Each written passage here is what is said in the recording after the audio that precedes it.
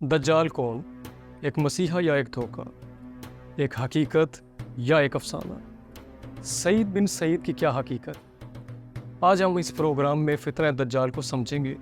ये कौन है, कब आएगा, कहाँ से आएगा और इस फितने का खात्मा कैसे होगा। अगर आप इन तमाम सवालों का जवाब जानना चाहते हैं तो हमारी इस वीडियो को मुकम्मल देखें।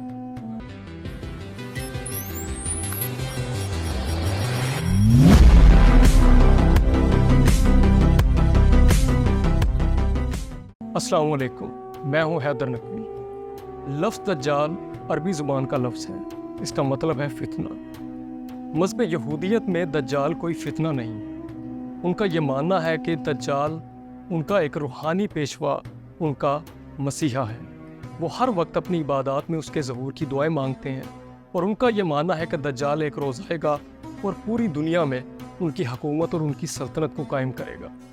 जहाँ तक बात है मज़हब ईसाईयत की, तो मज़हब ईसाईयत के अंदर दज्जाल का लफ्ज़ मौजूद नहीं है, बल्कि उनकी रिवायात में ये शामिल है कि क़यामत के करीब ऐसे झूठे लोग नमूदार होंगे जो खुद को एंटी क्राइस्ट यानी कि झूठे मसीह कहेंगे। उनका यह दावा होगा कि वो मसीह अलैहिस्सलाम है। वो ऐसे मोजज़ात दिखाएंगे जो कि मसीह अलैहिस्सलाम अपनी हयात तय्यबा में दिखाया करते। अब आइए मज़हब इस्लाम की तरफ।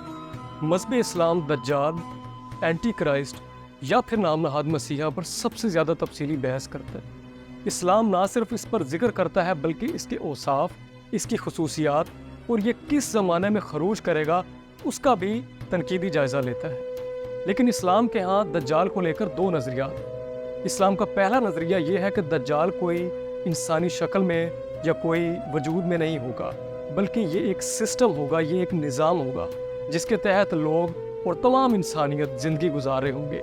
ये ऐसा निज़ाम होगा जिसमें जालिम मज़लूम नज़र आएगा, मज़लूम जालिम नज़र आएगा, सच झूठ नज़र आएगा और झूठ सच नज़र आएगा। अब आइए इस्लाम के दूसरे मारूफ नुक्ता नज़र की तरफ। इस्लाम का दूसरा नुक्ता नज़र ये है कि दज्जाल एक इंसानी शक्ल रखता होगा, एक ज़ाहिरी वजूद रखता होगा। एक सहाबी रसूल से मनकूल है कि उन्होंने दज्जाल को एक जजीरे में जंजीरों में जकड़ा हुआ देखा। हज़रत अली अलैहिस्सलाम की एक हदीस है कि दज्जाल का असल नाम सईद इब्न सईद होगा। ये यहूदियों के एक गांव इस्फहान में पैदा होगा और ये एक आँख से नाबीना होगा और इसके माथे पर काफिर लिखा होगा, लेकिन उसे सिर्फ मुसलमान और बातक़वा लोग ही देख सकेंगे। ये इंसानी शक्ल रखता होगा, इंसानी औसाफ का मालिक होगा, ये खाता भी होगा, ये पीता भी होगा, लेकिन उसके बावजूद ये रबूबियत का दावा करेगा। दज्जाल के बारे में ये भी कहा जाता है कि ये बहुत ज़्यादा मोजज़ात लेकर आएगा। ये गैर मामूली सलाहियतों का मालिक होगा और ये ऐसे मोजज़ात दिखाएगा जिससे सारा आलम हैरान हो जाएगा। उन मोजज़ात में मुर्दा को ज़िंदा करना, बीमारों को शफा देना और बंजर ज़मीन को आबाद करना सर फहरिस्त होंगे। रिवायात में यह भी कहा जाता है कि जब ये नमूदार होगा तो ज़मीन अनाज उगाना छोड़ देगी, लोग भूख और कहत से मर रहे होंगे। ये जहाँ भी जाएगा इसके साथ एक सफ़ेद पहाड़ सफ़र कर रहा होगा जो खुराक और पानी से लबरेज होगा। जो लोग इसको मानते होंगे वो इस पहाड़ में दाखिल होते जाएंगे और जो इसका इनकार करेंगे वो बेदर्दी से कत्ल कर दिए जाएंगे। जहाँ तक सवाल है कि दज्जाल कब आएगा, तो इस्लामी रिवायात में दज्जाल के आने का कोई ख़ास वक्त मुतय्यन नहीं है। अलबत्ता ये कहा जाता है कि दज्जाल क़यामत के नज़दीक आएगा और ये वो ज़माना होगा कि जहाँ ज़मीन जुल्म और जदल से भरी होगी।